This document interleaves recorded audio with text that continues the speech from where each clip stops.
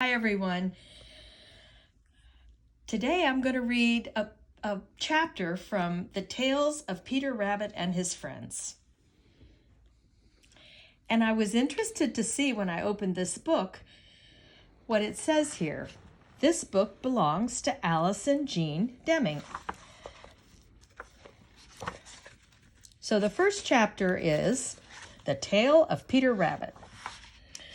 Once upon a time, there were 4 little rabbits, and their names were Flopsy, Mopsy, Cottontail, and Peter.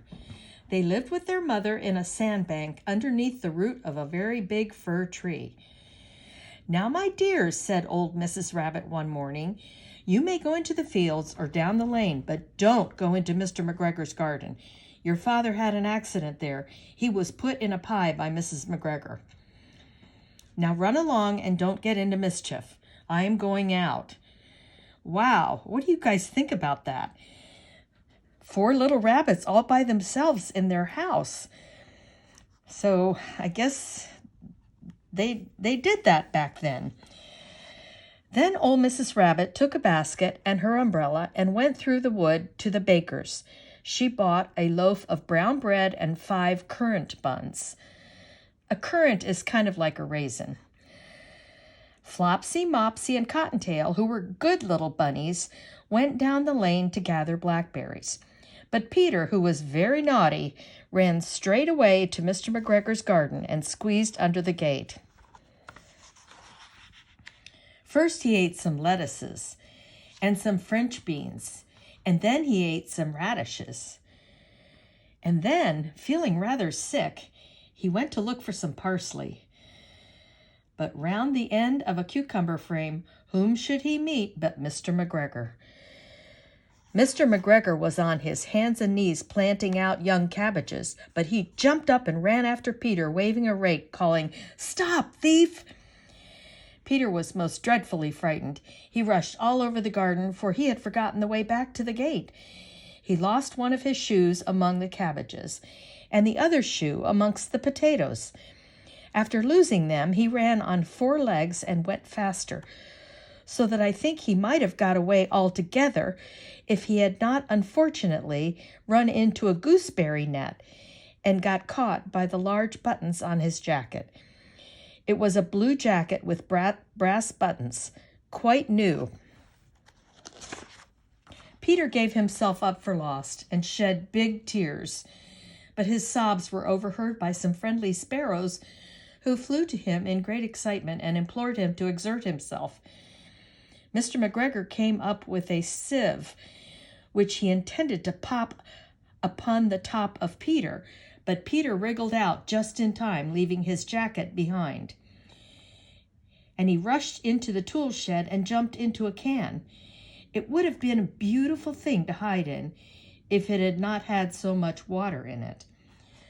Mr. McGregor was quite sure that Peter was somewhere in the tool shed, perhaps hidden underneath a flower pot. He began to turn them over, carefully looking under each. Presently, Peter sneezed. "Ker-choo!" Mr. McGregor was after him in no time and tried to put his foot upon Peter, who jumped out of a window, upsetting 3 plants. The window was too small for Mr. McGregor, and he was tired of running after Peter. He went back to his work.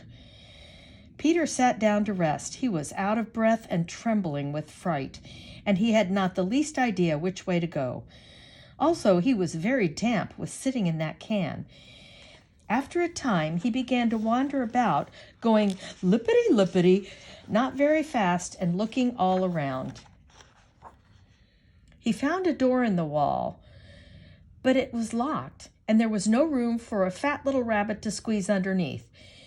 An old mouse was running in and out over the stone doorstep, carrying peas and beans to her family in the wood.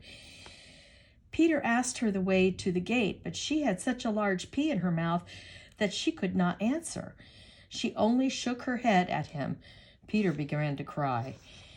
Then he tried to find his way straight across the garden, but he became more and more puzzled. Presently he came to a pond where Mr. McGregor filled his water cans.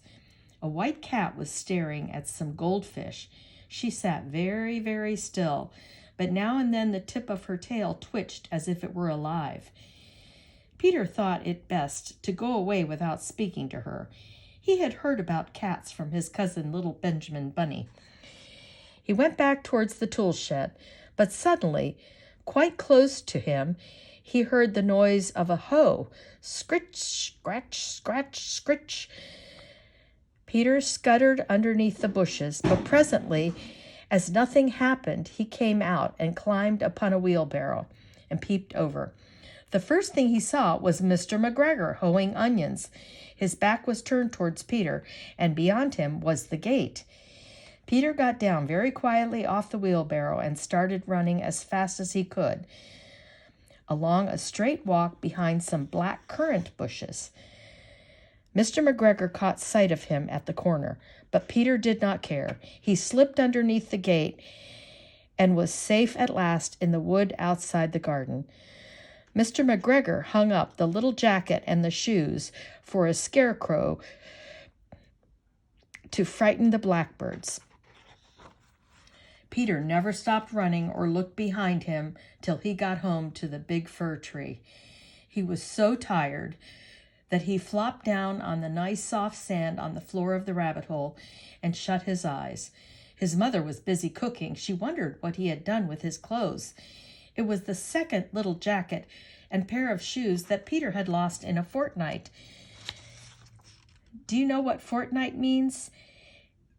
It's short for 14 nights, but really it's also short for just when you say 2 weeks. So Peter had lost some new jackets and shoes in just 2 weeks. I'm sorry to say that Peter was not very well during the evening. His mother put him to bed and made some chamomile tea, and she gave a dose of it to Peter. 1 tablespoonful to be taken at bedtime.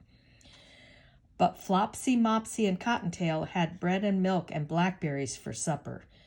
The end.